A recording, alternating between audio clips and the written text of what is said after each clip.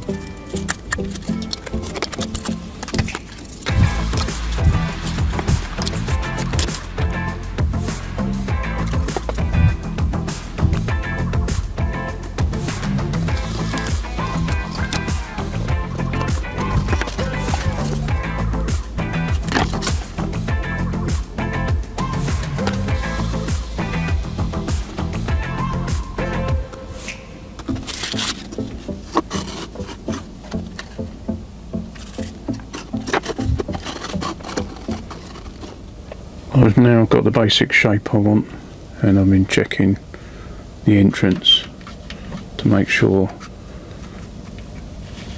locos fit okay through there. I've decided to have a bit of an angle cut out on the entrance, as I've noticed this seems to be done to sort of accommodate to whatever goes through it. And the original building is now sitting on this new plinth, so I've got to build across here, and I don't know what opening I'll have here. It might be completely open, I'm not sure, but yeah, it's a squarer, bigger building now.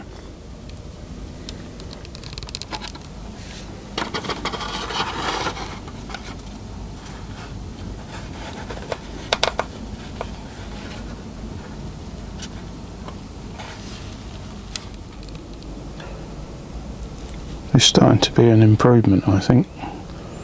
I do quite like it. I've had to watch what openings I have and make sure that they fit locos, because sadly, even though I wouldn't want it if I had room, this building or this area is on a curve, as I've got to feed in and out of it, but it's on a radius, which is a bit of a pain, but that's, you know, using available space really. So it means that the loco is going round on a bend as it goes through it, which is very difficult. So I had to account for probably my largest loco, which is this class 66, and it sort of just goes in the aperture as I've got it here without bashing, and then at this point is very close as well, but at least I can run a class 66 through it. The other end I'm probably going to have more open, maybe slightly enclosed, but not such a big opening or such a small opening as the front. But yeah, I've got to watch stuff. It's not ideal, but then it never really is really on a model railway layout, unless you do a dedicated section for this and your layout's then built around it. Well, I've pretty much finished cladding this loader and I've built it out this way, sort of added a bit of interest to it and made it more of a modular building. I think it looks better. It looks a bit more convincing than what was there. Inside I've put a bit of framework in, but only over this side because you can only see this side from the outside. You won't see anything here at all. I'll probably spray inside as well, and I'm thinking of keeping the colour the same as what it was, so I'll go down the shed in a minute and spray it this colour and weather it again. But before I do that, plasticard, sometimes paint doesn't take to it that well, so I'm going to spray it with some IPA alcohol, isopropylene alcohol it is, to degrease it. Right, I'm back from the shed and it's dry, at least touch dry. It'll need to harden a bit, but I think it looks a lot better. And I've got one of my largest locos, which is a class 66 GB rail freight in British Rail colours, and I'm going to run that through it because that is what I've based it on. The longest loco I think I've got on my layout, and it's not ideal, as I think I've already pointed out. It's on a radius, it's on a curve, and all of this is on a curve. In real life you wouldn't do that, you would have a straight, but you know, space dictates that's the way it is on this layout. A bit crammed in. Should I have built it with, or built this layout in mind with this particular type of industry, I probably would have built it on the straight, but it was fitted in afterwards. But it still, you know, looks okay, despite it not being very practical, being on a radius. Anyway, let's start the 66 up and take it through. I'm pretty sure, I'm quite confident it's going to go through alright, but you know, there is minimal clearances here and there.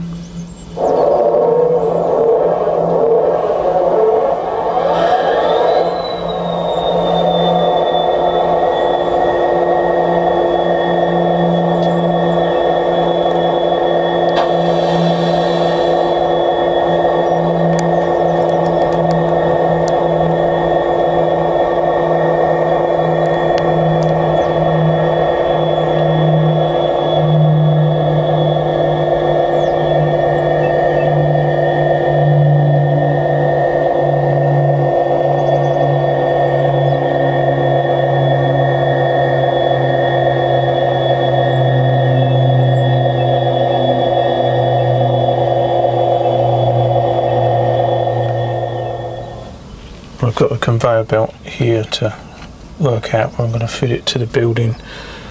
I have noticed that I got this cheap from Goodwood Scenics and it was pre-assembled. I think it's actually all one piece, unlike the other conveyor belt I bought for the coal mine, which I had to glue together.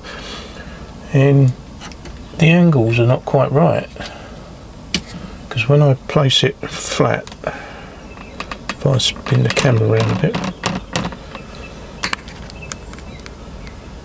Might be hard to show you this, but you might see it. When I place this end flat on the base, like that, the angle is not right as it would enter the building. So I don't know what I'm going to do about that. Whether to ignore it as it starts to go downhill instead of being sort of horizontal like it should be. You can probably see it better at this sort of angle, and you can see the end's dipping down there. And if I go around this end, this is flush on the base like it should be, so the angle at this end is wrong. So I don't know what I'm going to do. I don't know whether to cut it and see if I can re-glue it, you know, shave some of it off and try and straighten it, or maybe cut it and just have it going straight into the building. But that's a dilemma, and that's something that I've got to work out, and is no fault of my own really. That's probably why I got it a bit cheaper. If I remember at the time, they were selling it at a reasonable price. Well, I went away and thought about it, and I thought I'd bite the bullet, and I had a go at sawing this bit and readjusting the angle. So I sawed a straight cut that matched the angle here, and then rubbed down the other piece to marry up with it, and I've just glued it with some epoxy resin, and now the angle is better. It's looks sort of like it should do. The only downside is I lost a little bit of the reinforcement underneath, but that doesn't really matter, and I might be able to find something just to bridge that gap.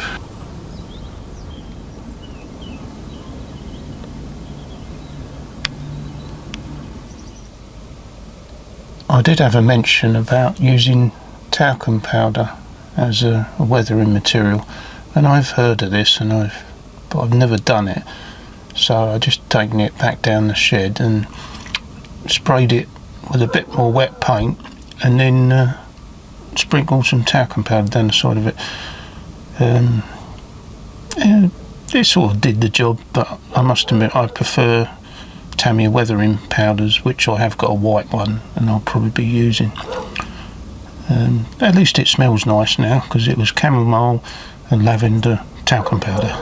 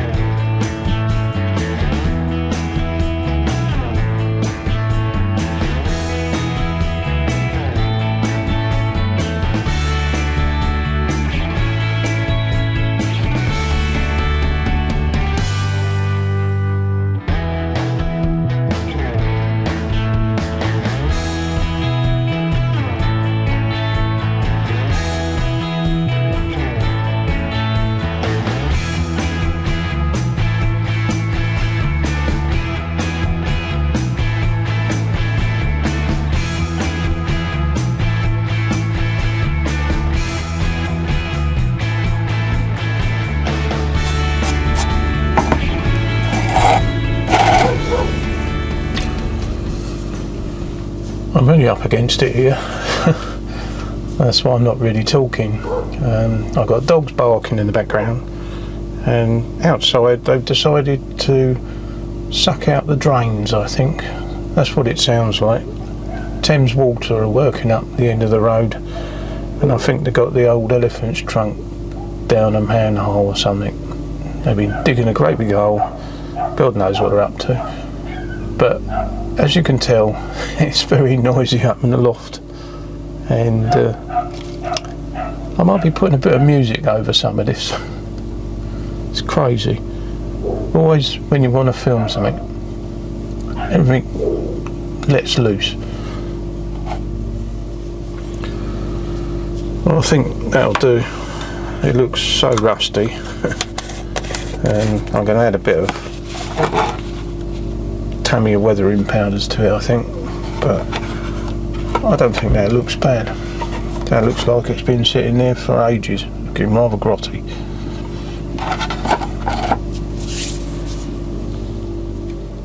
This weathering powder by Tamiya is snow, and it works just as well as looking like powdered cement, so just wipe it down it.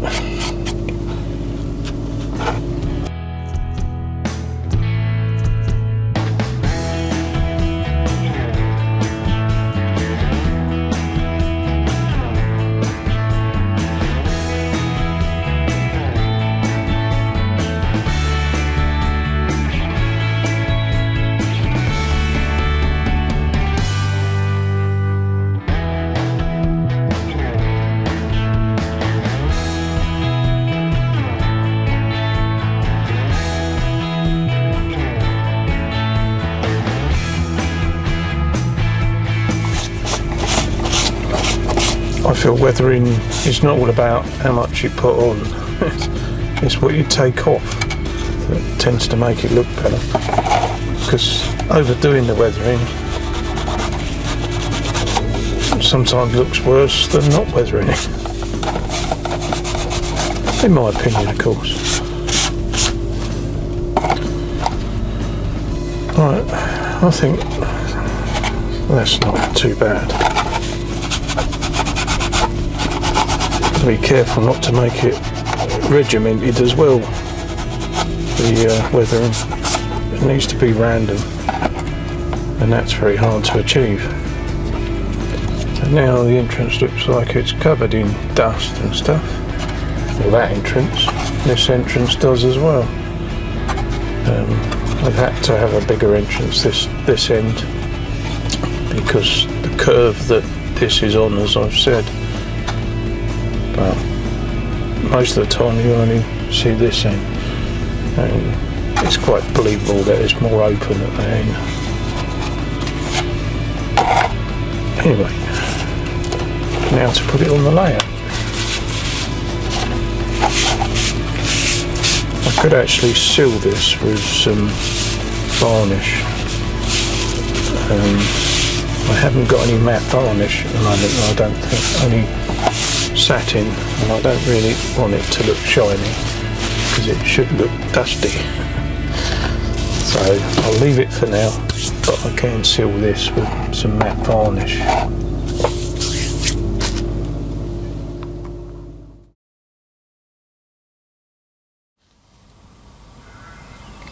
It started one night really. I was just browsing eBay like you do occasionally and laughing at some of the prices, and this came up, this DVT, LNER DVT, and I thought, well, that's too modern for me, but the price was so cheap.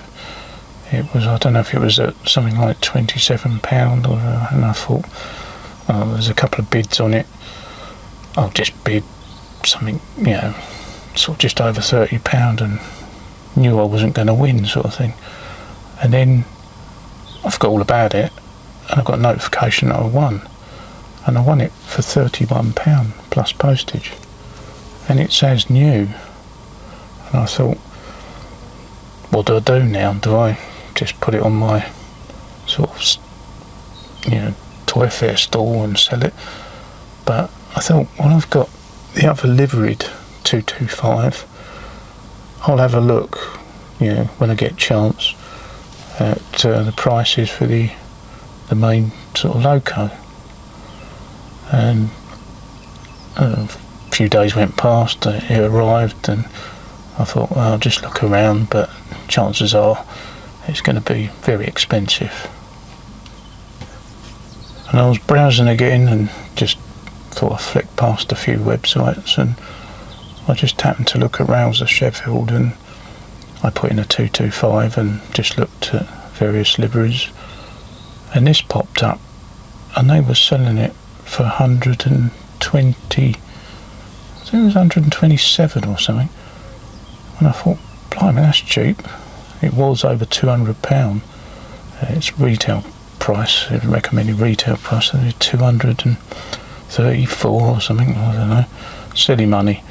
Anyway, it was about 127, and they also had a voucher. It was like their last sort of day of their sort of extra voucher sale, which was on a Sunday, and I thought, well, I'll have a look at the voucher.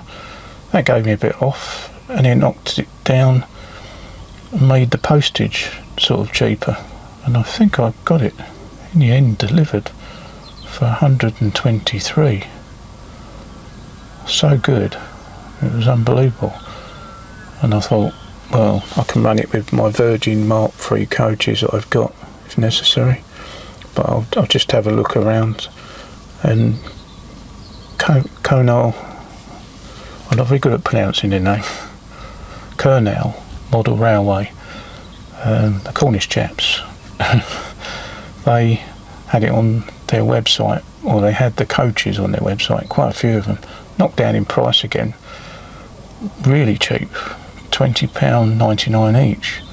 So I thought, when I go to Alexandra Palace, I'll pick them up from their stall. But as you found out in my last update, they didn't bring them with them. So the guy said to me, if you buy more than, I think it was 3 or 4, you get £1 off each coach anyway. And I thought, well, that knocks out the postage, so that's worth doing it. And that's what I did.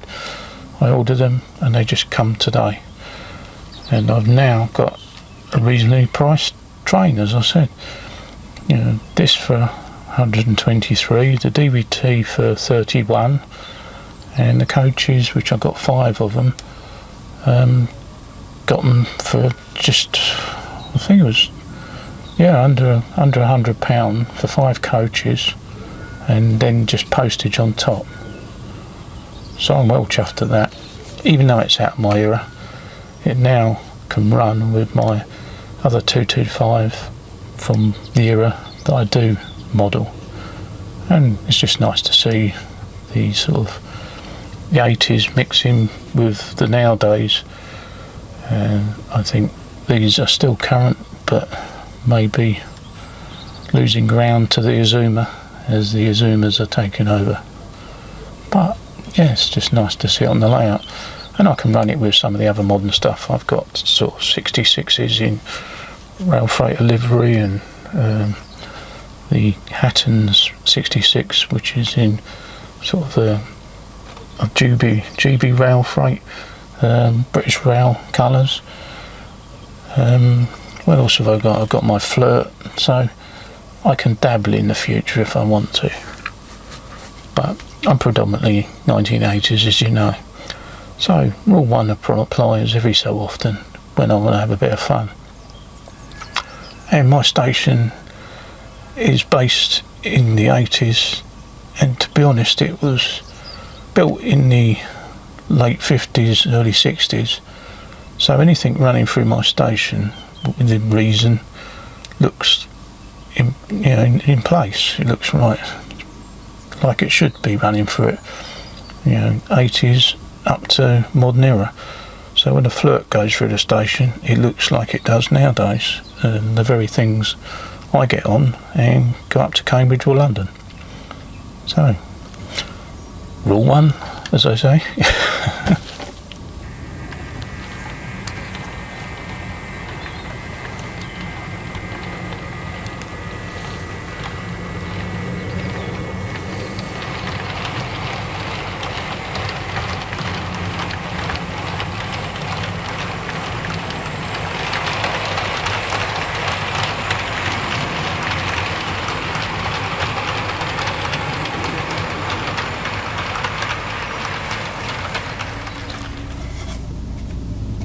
Well, I've re-glued in the dispensers, I don't know what you call them, the hopper mouths that dispense into the wagons that I had before. There's a bit of detailing in there.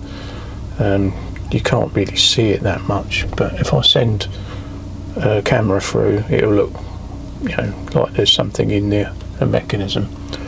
I'm going to light this up, so when I light it up, it doesn't sit dead flush on the concrete surface, because it was a clay that I made the concrete surface out of, and it is not completely flat, as I said.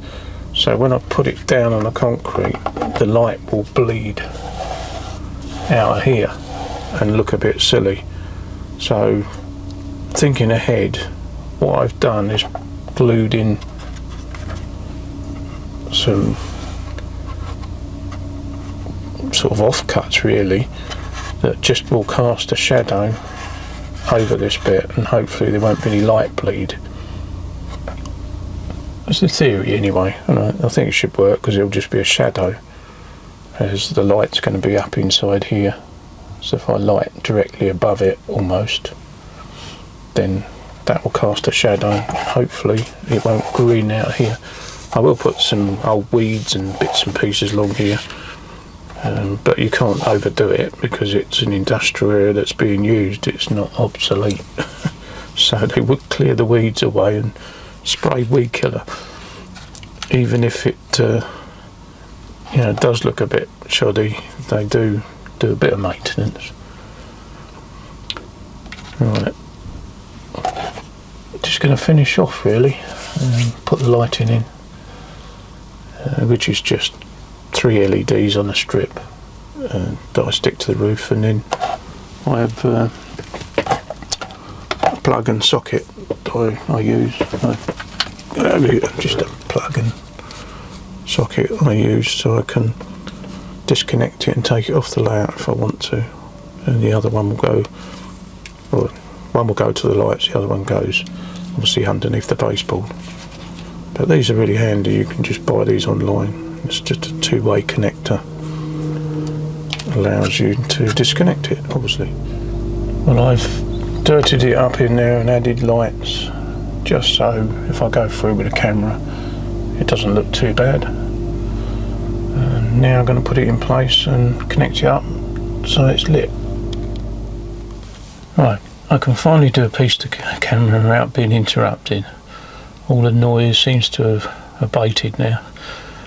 Anyway, I've lit the loader up and there's sort of light coming out of either end, which is quite bright, and my idea of stopping light bleed has worked, except for that little bit, because there's a dinge in the clay which I made the concrete with. If I remove this wagon out of the way, you can see there's absolutely no light bleed, and that's what I was after, because it doesn't sit flush on this. And a little bush will get rid of that, so I'll put a few little shrubby bits along here, but I don't need to put as much, and it'll look more realistic. And as for the light, I think I'll leave it a sort of white light like that. I think they would have very bright lights to see what they're doing, and yellow sort of sodium lighting wouldn't look so good, I don't think, in this situation. And that's sort of semi-daylight with the loft window behind me letting the light in, and still a little bit of darkness, but gives you a better look at it. And if I turn the loft lights on in a moment, you'll see a real sort of sharp look at it, and you can see all the weathering. As the camera doesn't always pick up the weathering that well, as I've explained in the past, you know, a lot of people say I haven't weathered it, but I have. And with all the lights on it, for your closer scrutiny, you might say, you can see the full extent of the weathering. And if I move the camera around a touch, you can see I weathered the conveyor belt as well, so that's nicely rusted up, as well as being up the right way. Yeah, I'm going to forever joke about that. And the hopper that loads the aggregate in, or yeah, it is aggregate really. It must be an interesting place to work, as well as a very dirty, dusty place, and that's what I've been trying to portray with my upgrade of this loader. And hopefully you can see all the rusty weathering and that on it, and you think it's an improvement.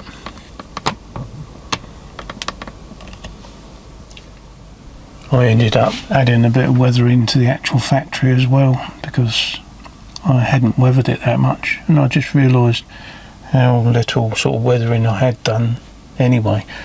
So I think there's room for a bit more grime and weathering in the future as well.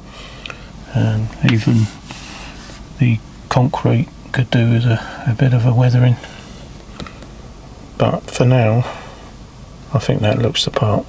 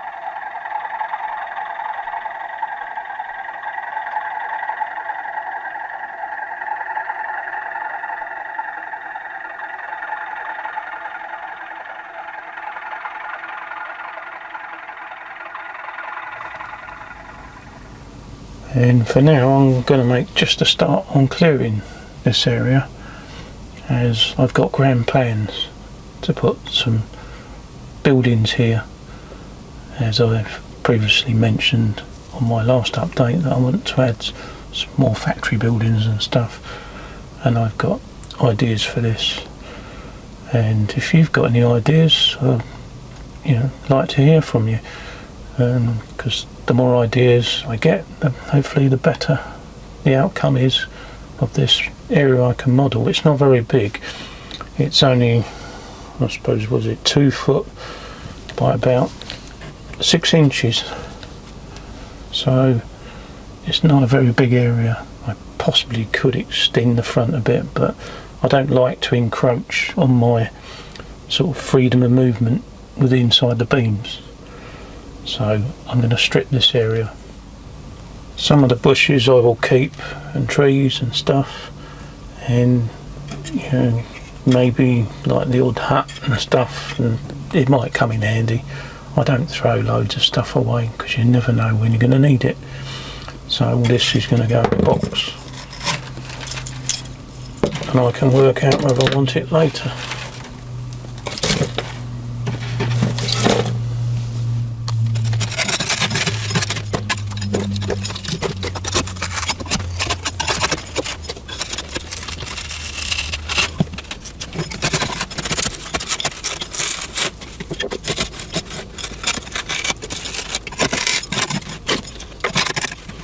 What's left is now going to go in the bin, as this is not really recoverable for anything. So I'm going to bring up the bin, and it's all going to go in the bin now.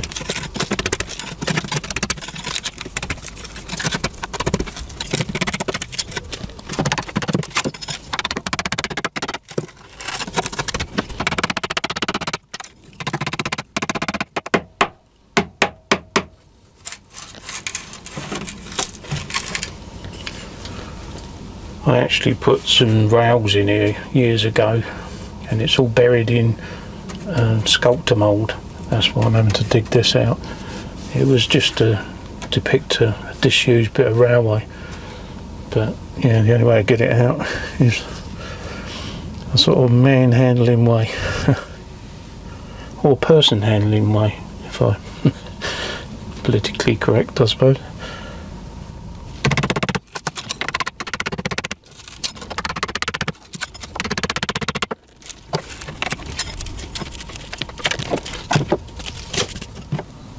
Well, I'm going to carry on clearing this area, and the guys are helping me now, or maybe they're doing it, I don't know, but yeah, the site is being cleared, and the drainage is going to be put in, and a new building coming soon. So I'll leave this one here, and I'll say thank you very much for watching again, and I'll see you again soon. So, bye for now.